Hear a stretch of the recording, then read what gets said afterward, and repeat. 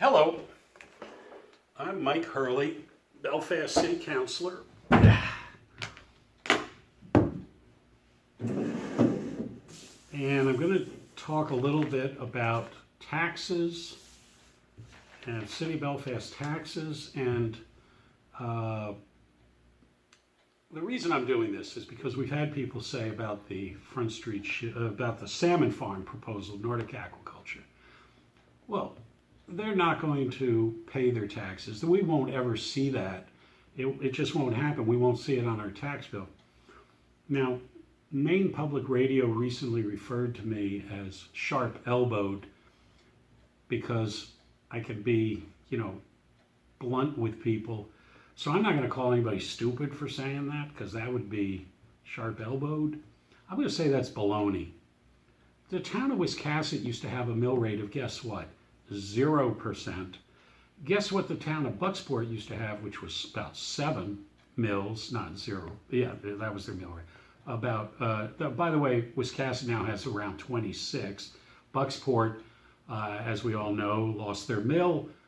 Maine Yankee went out of Wiscasset. Good riddance to Maine Yankee. I'm just so thankful it's gone. But the reality is valuation is what drives your mill rate. And Belfast has a stagnant, somewhat, we have a good mill rate, a good valuation of all the property in Belfast. So I want to show you this. I brought this as an illustration. You have 1, 2, 3, 4, 5, 6, 7, and then you have up to here is 60, and that's it. $760 million in valuation. That means you can go out and buy every property in Belfast. That's the valuation, including Bank of America, McDonald's, Matthews Brothers, Penobscot McCrum, Front Street Shipyard, my house, the Colonial Theater, and everybody else's house, every house in Belfast. That's the state mandates that we value them accurately. It's a little low. I mean, not terribly low, but if we get too low, the state will force us to raise it. So we're pretty accurate. $760 million total of the entire city of Belfast. So the city of Belfast budget, which includes, that we send you a tax bill on, includes the county and the schools. Now, those are separate entities. We don't control them. We don't work with them. All we can say to them is, please keep it down. And they say, sure, you do the same. Thank you very much. But the reality is the total is $17.5 million. Includes the schools, includes the county, includes the city. Now, the city is 32%. And just to show you, I don't know if you can see this, but this black part in this can, that's 32. Oh, I'm sorry. 32 is from this line up. 32%, about there. 9% is the county. 59%, this black part, is the school. So you get a tax bill from the city for $1. 59 cents goes to the school. 9 cents goes to the county. 32 cents goes to the city. And so that's how we do that. But the way you get a mill rate, in case you don't know, is you take that $17,512, which is the total of the school budget, the county budget, and the city budget, put them all together, comes out to $17.5 million, and you divide that into $760 million, and it comes out, you get 22.7 and times, so that's it. So you get, if your house is worth $100,000, the mill rate is $22.70 per $1,000. So if your house is worth $100,000, you get a tax bill for $2,270. So the mill rate is a big deal. If the mill rate was 10, you'd get instead of a $2,200 tax bill, you'd get a $1,000 tax bill. So that's why we try to keep the mill rate down.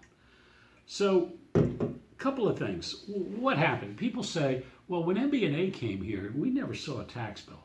Well, first off, I want to tell you, MB&A at its top was worth about $60 million right here.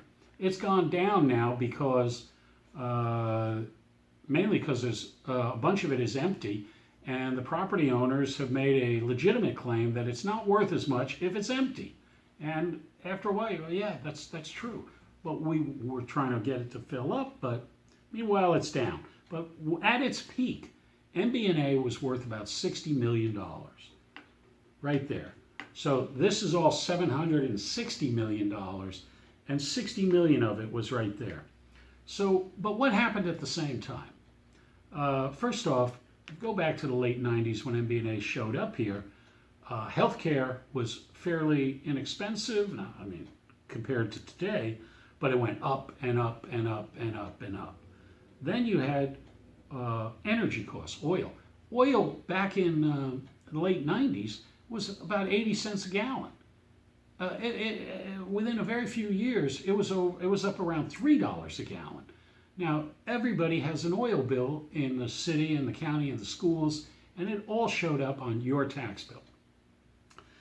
Then, about 8 years ago, Governor LePage was elected, and 2 years later, he had a radical Republican majority, and he got to do everything he wanted to do.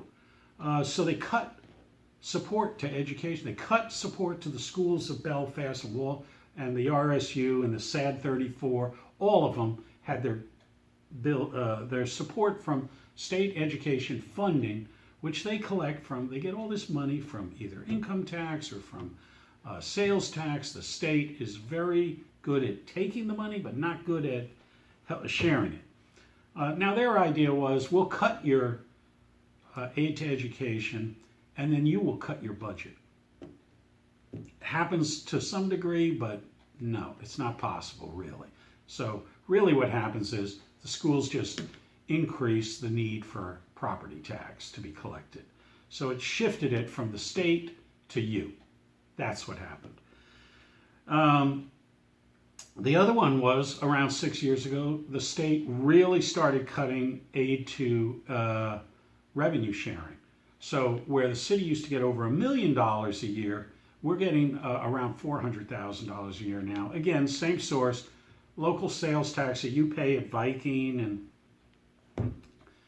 Rollies, you pay sales tax, it goes to the state. They used to give us a piece of that, and they give us a much smaller piece. You know what, I'm going to open one of these because I'm getting thirsty. This stuff, LaCroix, which I bought for this illustration, recently in the news because somebody says one of the flavors they use is something that's used in insect repellent.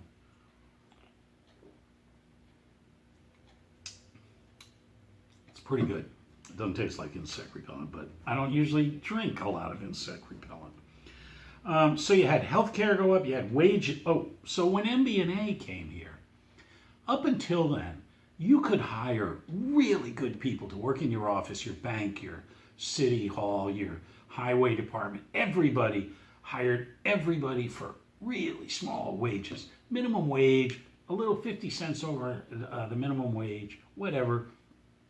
Soon as MB&A came here and started paying people really good wages with great benefits and a great place to work, if you liked it there, and many, many people did, and still do, by the way, it made everybody else like, whoa, we just lost all our secretaries. We need to pay our secretaries more. We lost all our highway department. We were losing police officers, everything. So wages went up. Living wages went up for people who had to compete. So today, if you want to hire a truck driver and he knows he can go up to Bank of America or he can go to Athena, you can't get them at, for bargain wages anymore, poverty wages. You have to pay decent money and you have to be competitive. So all those things, energy, wages, healthcare, they went up. Revenue sharing went down. State education went down.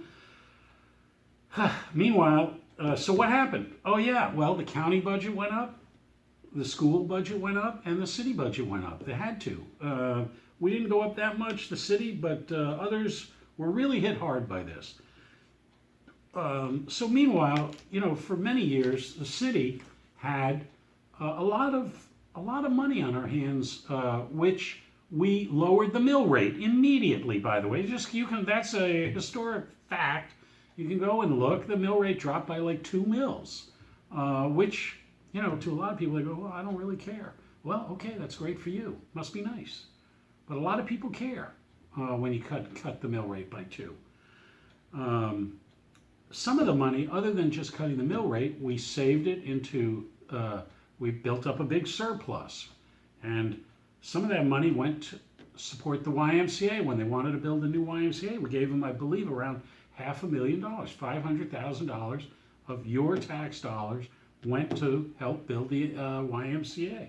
The Hutchinson Center gave them, I believe, around $300,000 to help build the Hutchinson Center. A wonderful, great asset for Belfast, just like the YMCA. We also bought a piece of land adjacent to the Belfast Commons that everybody thought was the Belfast Commons. You'd be amazed that it wasn't, but it was, a huge portion right there along the top of the Harbor Walk, and it cost around $400,000. So there was over $1 million right there on 3 items, and those things are good for Belfast, they're good for the people of Belfast, and I think most people would say those were money well spent. Meanwhile, we don't have any more money in we've cut our savings, what we call the reserve, way down to the end. So again, I just want to show you, here's $760 million right here. Now, and as I said, this would have been MBNA right here, $60 million. It's under 30 at this point, the value of it. Now, people go, well, what about Front Street Shipyard? They've come here. We haven't seen a tax cut from that. I just want to show you, this is about what Front Street Shipyard, there's some Tic Tacs. Okay, there's Front Street Shipyard. When you're thinking you're going to radically increase the valuation of the city of Belfast by adding Front Street Shipyards, and it's under $20 million. It's around 15 million. By the way, that big building they're building right now, that won't even be on the rolls this year. That won't even be on the rolls for next year, I don't think. Next year, it'll be in 2020, because it's got to be finished and operating. So I'm just going to have a Tic Tac. Thank you. I'll have a Tic Tac. Have a Tic Tac. All right. So why are we interested in the salmon farm? They're talking about $400 million. So instead of having $760 million, we would have $1,160 million. And you would do that same thing again. You would divide 17, 512, 456, which is our entire city, its county and school budget, and you would divide that into the 1,160 million, and that would be your mill rate. And I'm not even going to do that right now because, as anybody will tell you who knows about this stuff, it's complicated. When you add $400 million, number one, they're not going to add $400 million in the first day. They're not going to add it in the first year. They're not going to add it in the first 3 years. This is a project that will be built to begin, and then expanded and expanded and expanded, eventually hitting somewhere around $400 million. Some of it will be in equipment that isn't taxable, some's land, some's buildings. So until that all happens, we don't really know. And in fact, Nordic aquaculture doesn't really know at this point. So so we have to wait and see. The other thing is you add $400 million, the state goes, oh, you guys are rich. We don't have to give you as much money for education. We don't have to give you as much money for revenue sharing. And so they definitely pull back from there. We'd still get a huge amount of money. And all I can say to you folks, if you think you can add $400 million when people are worried about the Front Street shipyard, you know, and you can add $400 million to your valuation of the city of Belfast, we are going to cut your taxes. The city of Belfast, I probably won't even be on the city council, will cut your taxes. If there's $400 million, it will cut your taxes. I can't put it any blunter than that. It will cut your taxes. And if you think it won't, you're wrong. So, and anybody who says it is wrong. So I want to just say, that doesn't mean every last penny is going to be spent cutting your taxes. As I said, we gave money to the YMCA, we gave it to the Hutchinson Center, we offset cuts in education, we bought a piece of land. Sure, some of that tax revenue would go to stuff for you. It's not like we're buying it for people in Ethiopia. You know, the sidewalks, a park, whatever it is, yes, it would go to you. And that would be, so it's either going to cut your taxes or it's going to get you stuff for less than we're not going to raise your taxes to do stuff. And you know, by the way, our entire capital budget for the city of Belfast next year, it's like $140,000. That's the whole thing that we can spend on, you know, capital improvement projects, and so it's not like we spend a lot of money. And you know, we're not gonna in the future, because guess what? We're actually pretty cheap, and that's just a fact. So.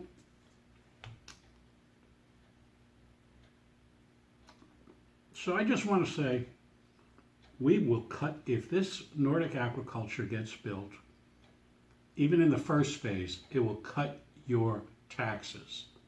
And that makes people who are, I've had people say to me, I don't care. I don't want to take the risk. I don't like the project. I don't care about that. Well, that's great. I believe the majority of people do care and want their taxes cut if possible, as long as we're not polluting the bay and there's enough water. And we believe 100% that we are going to monitor, and it will be regulated, and it will not harm the bay, and that there is plenty of water. So I think that's about it. The entire city budget, you know, you probably can't see it, but if you look at it again, 32% of a tax dollar goes to the city, 9% goes to the county, 59% goes to the schools. It's and together 17,512,000. It's not a lot of, you know, to run everything in the RSU and in the county, the jail, all the sheriffs, the city plowing everything. It is what it is, and the only way we can reduce it is either cut spending, which we do and try not to spend, or add new valuation. And you want to know what our motivation is for Front Street for the Nordic aquaculture? Why have we endured all this negativity, all this anger from a vocal opposition? Because of this. This is going to help the people of Belfast, and we've made that determination. That's why we're supporting it. All right, well, that's it. I'm Mike Hurley, Belfast City Councilor. You can talk to me anytime you want. Believe it or not, I don't have that sharp an elbow. I'm happy to talk to people. Love the people of Belfast, and I love the city. Wouldn't do anything ever to hurt it. And there you go. So meanwhile, today is Sunday. We'll find out on Tuesday, because this is going to be a referendum. You want your taxes to go down? Here's how you do it. That's what we believe. Thank you, and we'll see you at the polls on Tuesday.